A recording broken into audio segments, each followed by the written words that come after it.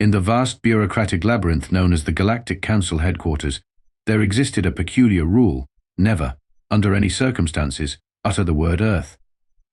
It wasn't listed in any official document, ironically, because writing it down would violate the very rule itself.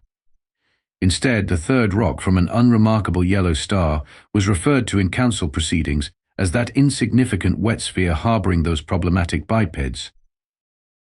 Commander Jack Novak had spent 3 years as humanity's unofficial representative to this circus of cosmic proportions, and he was getting extremely tired of being called a problematic biped. A request denied. Droned Counselor Exrixel, a gelatinous mass of tentacles stuffed uncomfortably into what appeared to be a knockoff designer suit. The Assembly cannot recognize representatives from unrecognized worlds. Jack pinched the bridge of his nose. But we need recognition to become recognized. That's a logical paradox. Not our problem, Exrixel gurgled, a bubble of what Jack hoped was air popping on what might have been its face. The next petitioner. Every day for 3 years, Jack had stood in this same spot, made the same request, and received the same denial.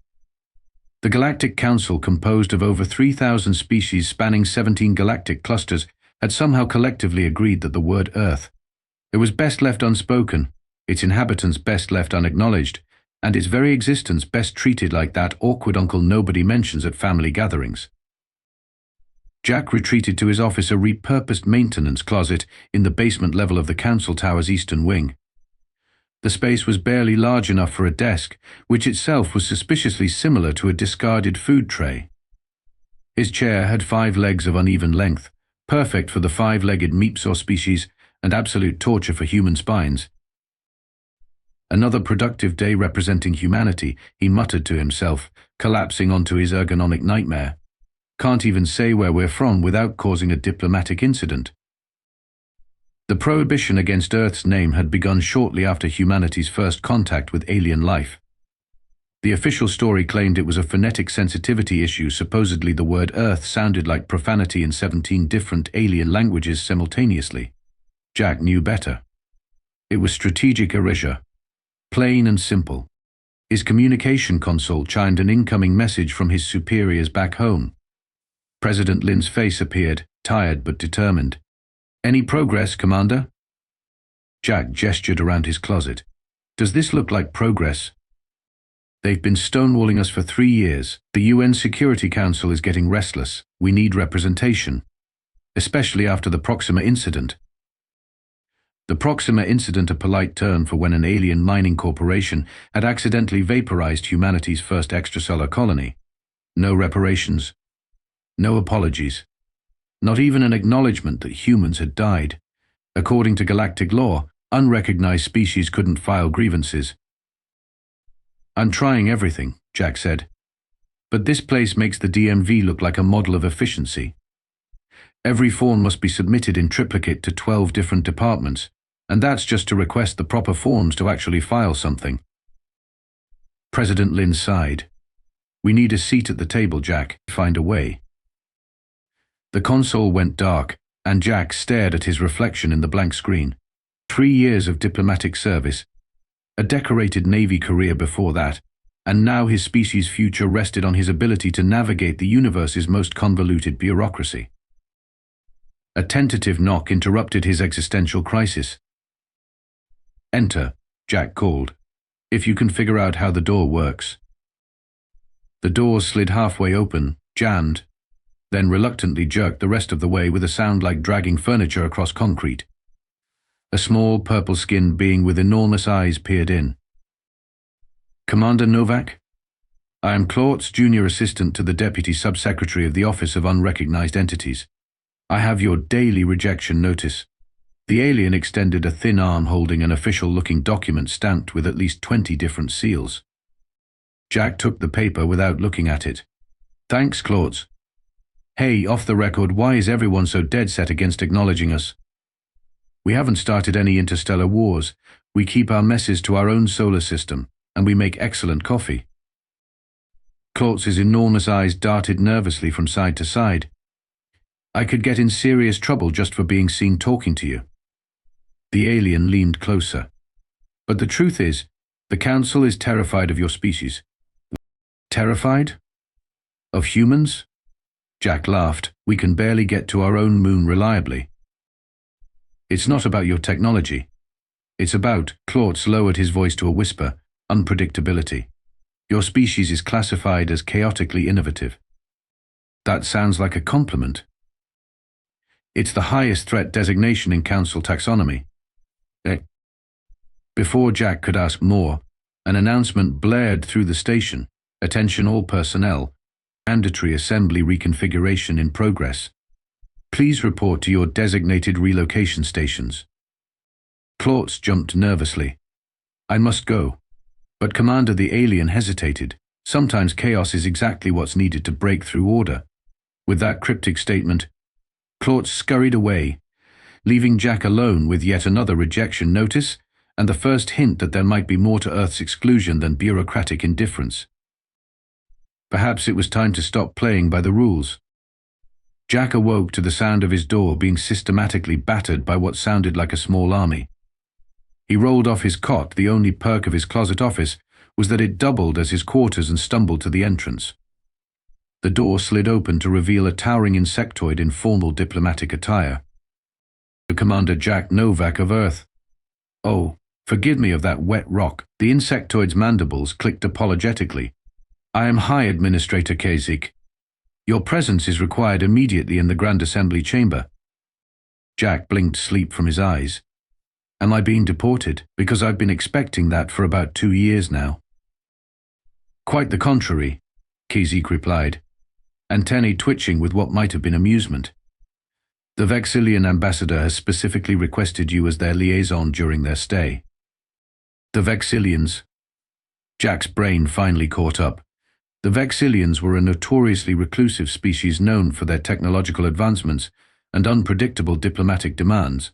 Why would they ask for me? Unknown.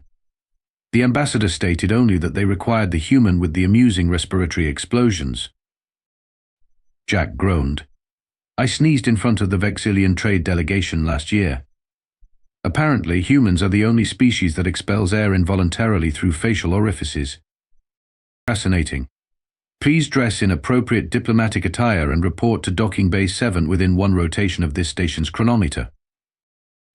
Before Jack could protest, Kasich had deposited a package containing formal diplomatic robes and marched away with military precision. Jack examined the robes designed for a being with at least 2 more limbs than he possessed and sighed. Another day in paradise.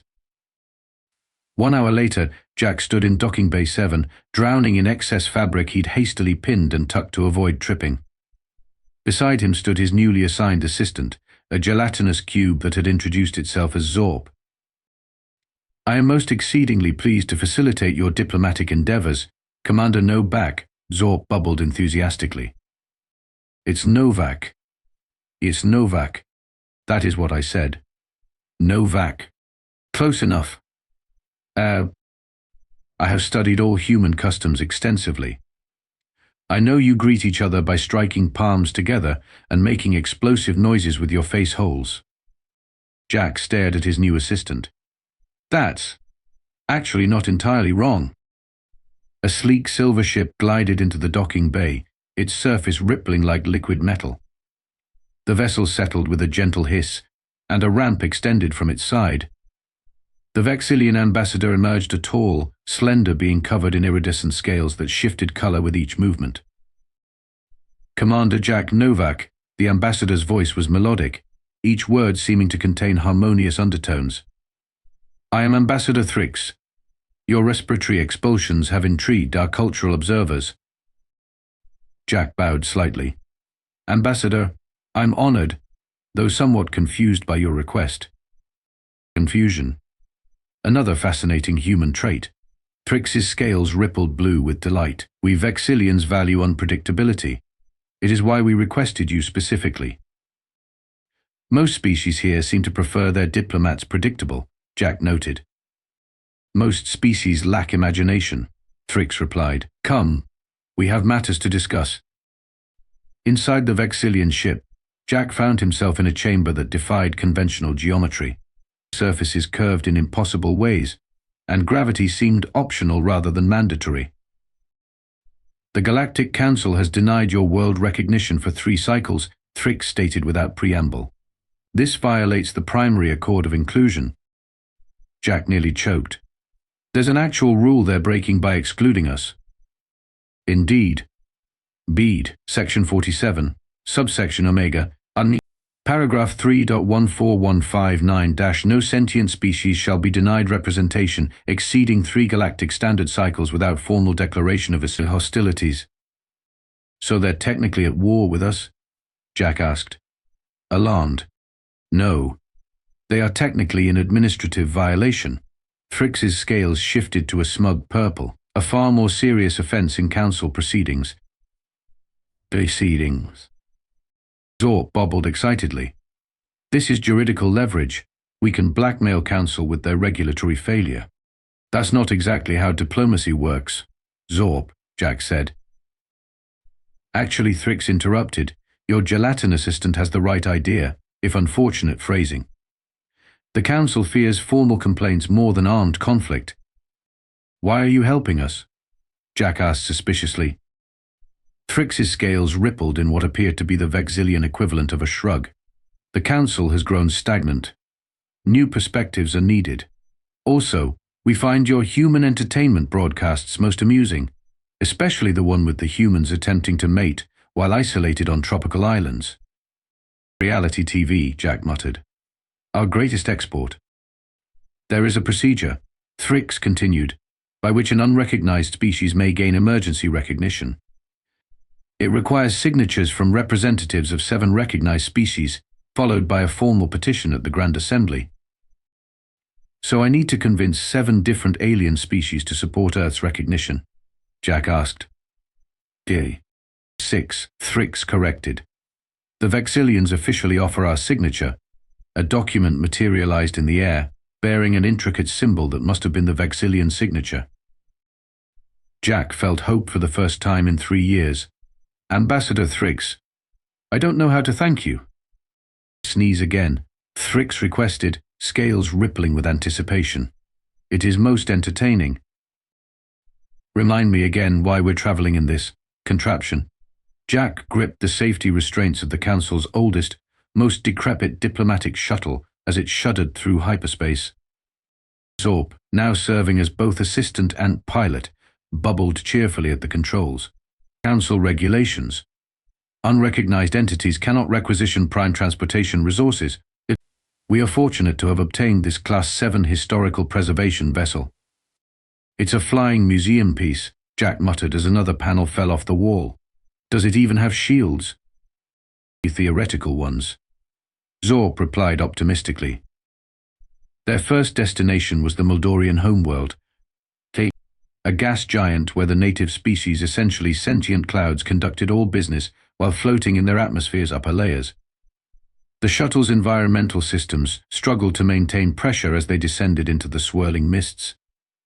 Honorable Vapor Collective, Jack addressed the shifting cloud formations that represented the Moldorian diplomatic corps. I come seeking your support for Earth's. Nylin, Wadalaya, Dusin, Wada, planets.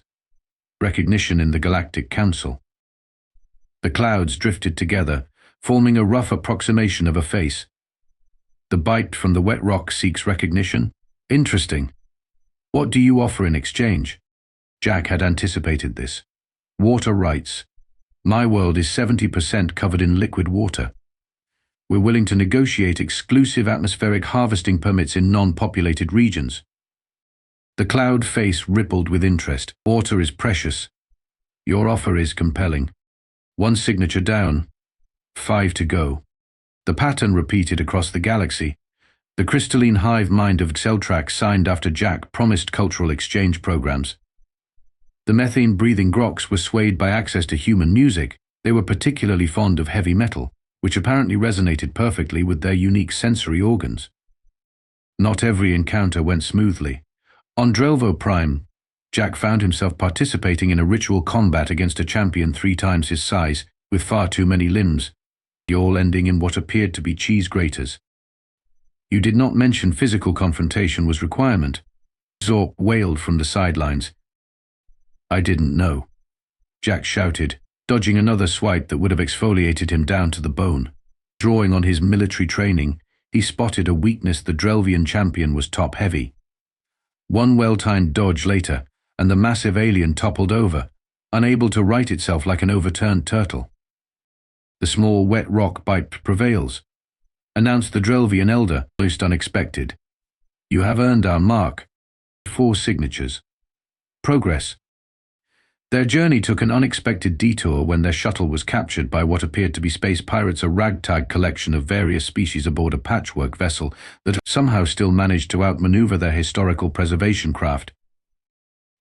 We are doomed, Zorp declared dramatically as they were escorted to the pirate captain's quarters. They will dissolve me for my mineral content and you for your water percentage. The pirate captain turned out to be a surprisingly dapper Centaurian with an impeccable dress sense.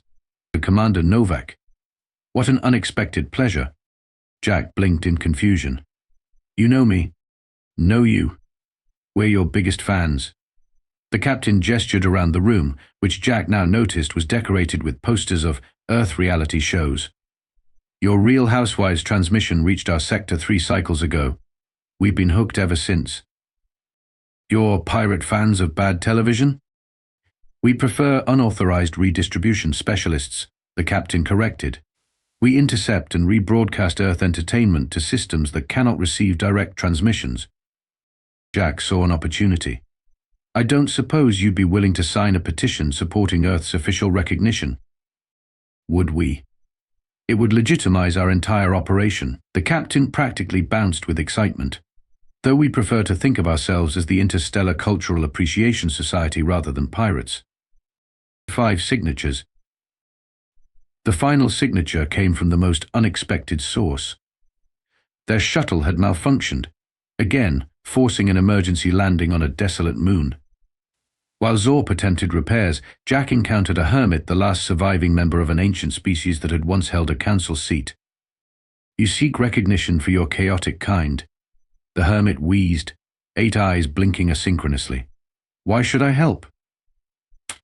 Because chaos isn't always destructive, Jack replied. Sometimes it's the only way to break through stagnation. The ancient being regarded him silently for a long moment. Your words echo those of my ancestors before our decline into perfect, sterile order. A trembling limb signed the final document. Perhaps chaos is due for a resurgence. As they departed the moon, Jack looked at Zorp, who had become more than an assistant during their journey, something approaching a friend. Next stop. The Forbidden Archive, Jack said. If we're going to present our case, I need to know exactly why Earth was blacklisted in the first place. Zorp's gelatinous form rippled nervously. The archive is restricted. Security measures are extensive. We could be disintegrated. Come on, Zorp. Where's your sense of adventure? I left it in my spawning pool, where it belonged. The central archives of the Galactic Council were housed in a massive structure that resembled an inside-out library, all the books and data storage visible through transparent walls, but access points hidden within labyrinthine security systems. This is most illegal, Zorp whispered as they slipped through a maintenance tunnel. My gelatinous form is solidifying with anxiety. Relax, Jack replied, though he wasn't feeling particularly relaxed himself. We're just doing some research. Unauthorized research, with possible penalty of molecular dissociation. They reached a junction where the maintenance tunnel intersected with a data conduit. Jack pulled out a device Thrix had given him, supposedly capable of bypassing Council security. If I'm going to argue for Earth's recognition, I need to know what we're up against, Jack murmured as he connected the device. Know thy enemy and all that. The device hummed softly, then projected a holographic interface. Jack navigated through the Council's records, searching for anything related to Earth. There, he whispered, finding a heavily encrypted file labeled Species Assessment, Caution Chaotic Element. Oh, my gelatinous ancestors, Zorp gasped as the file opened. The classification is worse than rumored. The file contained detailed observations of humanity spanning centuries. The Council had been aware of Earth long before official first contact, monitoring human development from afar, but their assessment was both flattering and alarming. Species demonstrates unprecedented adaptability and innovation rate. Subjects appear to intentionally seek discomfort, challenge and danger as recreational activities, unique among known sentients. This species consumes substances that cause physiological pain, classified as spicy foods for pleasure. Similarly, they deliberately expose themselves to simulated danger and horror, entertainment media, to experience fear recreationally. Jack couldn't help but grin. They think we're crazy because we eat jalapenos and watch scary movies. Is this not insanity? Zorp asked genuinely. The report continued. Most concerning, humans exhibit minimal physiological specialization. Instead, relying on technological adaptation at rates exceeding standard developmental curves by 317%. Virtual exchange with such a species presents unpredictable variables that could destabilize established galactic order. They're not afraid of us, Jack realized. They're afraid of what we represent: change, adaptation, unpredictability. Council values stability above all, Zorp noted, 17,000 cycles of unchanging protocols. Jack scrolled further, finding the official recommendation, Containment Protocol. Designation E-Arth, actively restricted threatening humanoids, to be excluded from Council recognition indefinitely. Species to be referred to as those bipeds from the wet rock in all official communications. Direct reference to planetary designation strictly prohibited to prevent spread of chaotic ideologies. That's it, Jack exclaimed. They're using language itself as a containment strategy. If they never officially acknowledge Earth exists, it's season. Then Earth cannot officially impact Council proceedings. Zorp completed. Most ingenious bureaucratic maneuvering. Jack was about to respond when the lights in the tunnel turned red. An alarm began to wail. Security breach detected in Archive Sector 7G. Initiating containment procedures. Time to go, Jack said, disconnecting the device. But now we know what we're dealing with, and how to use it to our advantage. They barely escaped, slipping out through an emergency maintenance hatch just as security drones converged on their location. As they raced back to their shuttle, Jack's mind was racing even faster. The Council feared human unpredictability. Perhaps it was time to give them exactly what they feared most. The Grand Assembly Chamber was an architectural marvel, a vast dome where representatives from thousands of worlds gathered to debate the affairs of the galaxy. Today, every seat was filled. News of an unscheduled petition from an unrecognized species having spread like wildfire through diplomatic channels. Jack stood at the petitioner's podium, dressed in his best uniform. Behind him stood Zorp, nervously shifting from one gelatinous pseudopod to another. At a separate diplomatic station sat Ambassador Thrix, scales glimmering with anticipation. High Chancellor Exrixel gavelled the session to order. This emergency session will now hear the petition from. The Councillor paused, clearly uncomfortable, the representative of the wet rock bipeds. Thank you, High Chancellor, Jack began. I stand before you today representing a world that you have deliberately erased from your records, your proceedings, and even your language. For 3 years I have followed every protocol, submitted every form, and adhered to every regulation. Jack paused, looking around the chamber, and it has accomplished nothing. So today I'm trying something different. Today I'm going to tell you why you're right to fear us. A murmur ran through the assembly. Oh no, Zorp whispered. This was not rehearsed strategy. Yes, I've seen your files, Jack continued. I know you classify us as chaotically innovative. I know you find it disturbing that we eat spicy food and watch horror movies for fun. I know you're terrified that we adapt too quickly, that we might disrupt your carefully maintained status quo. The High Chancellor banged his gavel. This is highly irregular. Security, remove the biped. Before you do, Jack called out, I should mention that I've brought something from my world.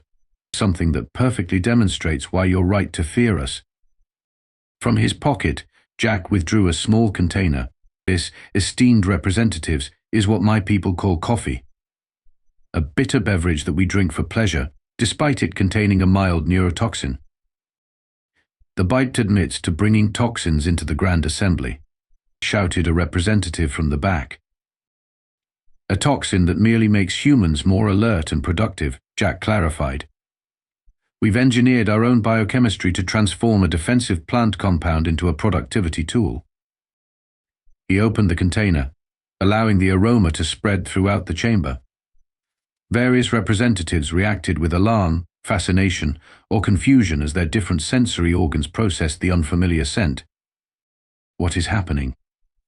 Zorp whispered frantically. "This is not diplomatic procedure." "It's called making a point," Jack whispered back. Turning back to the assembly, Jack continued, "For 17,000 cycles. This council has maintained stability through rigid adherence to protocol. I respect that achievement. But the galaxy isn't static, and new challenges arise. Problems emerge that your 17,000-cycle-old rulebook never anticipated." Jack gestured to the signatures he'd collected. 7 recognized species have endorsed our petition, as required by Section 47, subsection Omega, paragraph 3.14159 of the Primary Accord of Inclusion. You are in administrative violation of your own most sacred regulations by continuing to deny us recognition." The chamber erupted in chaos as representatives demanded to see the evidence. Jack submitted the signatures for verification, watching as the Council's own systems confirmed their authenticity.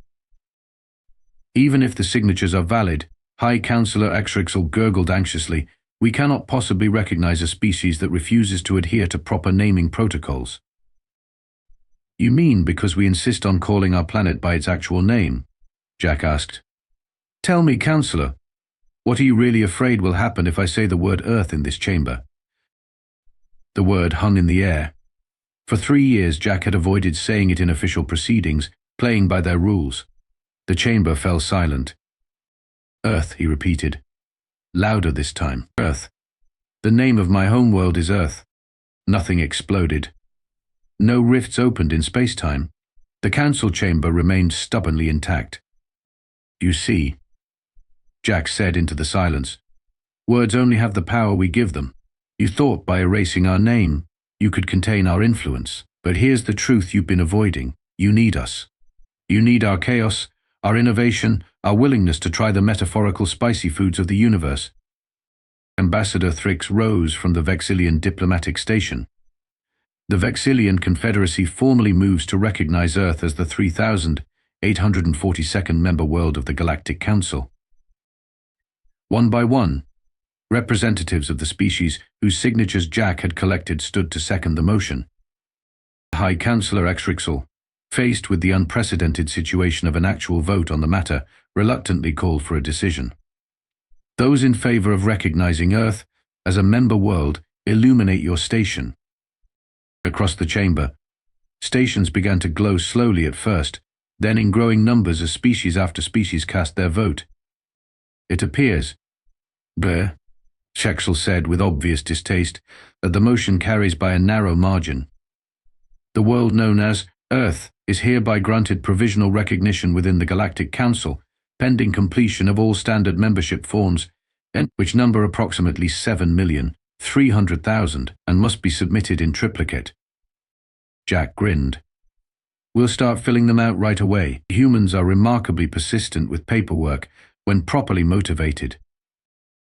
Presenting Commander Jack Novak, official representative of Earth, classified designation, chaotically innovative bipeds of potential interest.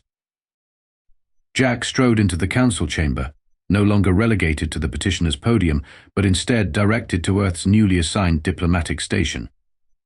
The station itself was telling position directly between the Vexillians and the entrance to the emergency exits. Close enough to be included, positioned for quick containment if necessary. "Congratulations, Commander Novak," Zorp burbled happily beside him. "You have achieved the statistically impossible." "Thanks, Zorp. And it's still Novak." "That is what I said." The first official council session with Earth recognized as a member world proceeded with mind-numbing tedium. 17 procedural votes, 23 formal recognitions of cultural observances, one heated debate about the proper protocol for addressing species with variable gender expressions during equinox periods. During a recess, Ambassador Thrix approached Jack's station. "Your tactics were most irregular, Commander, precisely as we anticipated." "You knew I'd cause a scene?" Jack asked. "I counted on it. The Council has stagnated, becoming so obsessed with procedure that actual governance has become secondary. Your species' inclusion was necessary. But the records said we were excluded because we're unpredictable." "Indeed." Thrix's scales rippled with amusement. That was the official justification. "The truth is more complex. There exists a faction within Council leadership that recognized humanity's potential centuries ago not as a threat, but as a catalyst." "A catalyst for what?" "Revitalization. Every 17,000 cycles, the Council requires disruption, new perspectives. In the past, this came through conflict. Your species offers an alternative path, chaotic but not destructive, innovative but not reckless." Jack stared at the Vexillian. "Are you saying some Council members secretly wanted us included all along?" "The Council is not monolithic, Commander. Some feared your influence. Others recognized its necessity. I represent the latter faction." "So all this my 3 years of frustration, the bureaucratic nightmare, was some kind of test?" "Not a test. Preparation. The Council needed to understand how humans respond to adversity.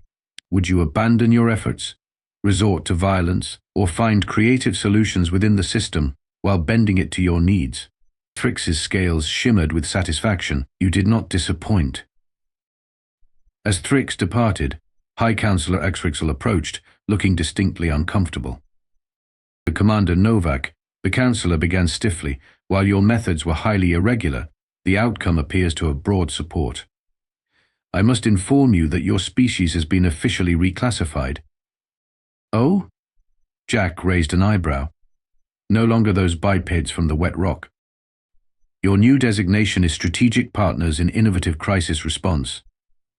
Jack suppressed a smile. "That's quite an upgrade." "Indeed. The Council has also approved your request for an investigation into the Proxima incident. Preparations discussions will begin next cycle." As Exrixel departed, Jack turned to find Zorp vibrating with excitement. "This is unprecedented. Elevation from unrecognized nuisance to strategic partner in single cycle. Most species require a minimum of 7 centuries for such status improvement." Jack looked around at the vast chamber, at the thousands of species now officially his diplomatic peers. "Something tells me we're just getting started, Zorp." 6 months later, Earth had become the unexpected diplomatic hub of the sector. It turned out that a reputation for unpredictability made humans ideal mediators for the Council's most intractable disputes. After all, if humans could find common ground between a species that experienced time backwards and one that communicated exclusively through pheromone-laced interpretive dance, what couldn't they resolve? Jack had been promoted to Earth's permanent ambassador, with a proper office that had the correct number of walls and a chair designed for human spines. Zorp had been officially assigned as his permanent attaché, having requested the position, despite numerous offers from higher-ranking diplomats. "I prefer unpredictability to tedium," Zorp had explained. "Also, I have developed appreciation for your human coffee, despite it causing temporary shifting of my molecular density." On this particular day, Jack sat in the newly established Earth Lounge, a diplomatic space where representatives could speak freely, away from the Council's rigid protocols. The concept had been revolutionary, the execution even more so. The lounge served food and beverages from across the galaxy, including Earth specialties that had quickly become the subject of daring challenges among younger diplomats.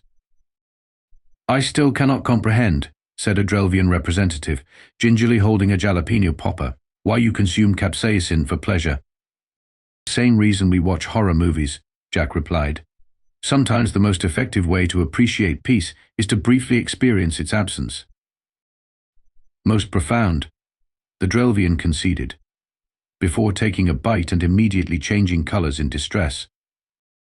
As Jack watched various species interact, sharing ideas, trying new experiences, engaging in the messy, unpredictable business of cultural exchange, he couldn't help but reflect on the journey that had brought them here. Earth had been a forbidden name, a word too dangerous to utter in the hallowed halls of galactic governance. Now it was spoken freely, sometimes with apprehension, sometimes with admiration, but always with recognition. Humanity had finally spoken loud enough to be heard. And as it turned out, the galaxy had been secretly listening all along, just waiting for someone to say something worth hearing. Ambassador Novak, Zorp, interrupted his thoughts. The Vaxillian delegation has proposed joint cultural exchange initiative. They are particularly interested in something called karaoke night. Jack smiled. Tell them we accept, and suggest they start practicing their Bon Jovi. I will transmit your response, though I do not understand the reference to good jovial. Trust me, Zorp. The galaxy isn't ready for what's coming next. But Jack suspected it was more prepared than it realized. After all, a little chaos was exactly what the Council had needed all along. They just hadn't been ready to admit it until humanity forced them to say the words.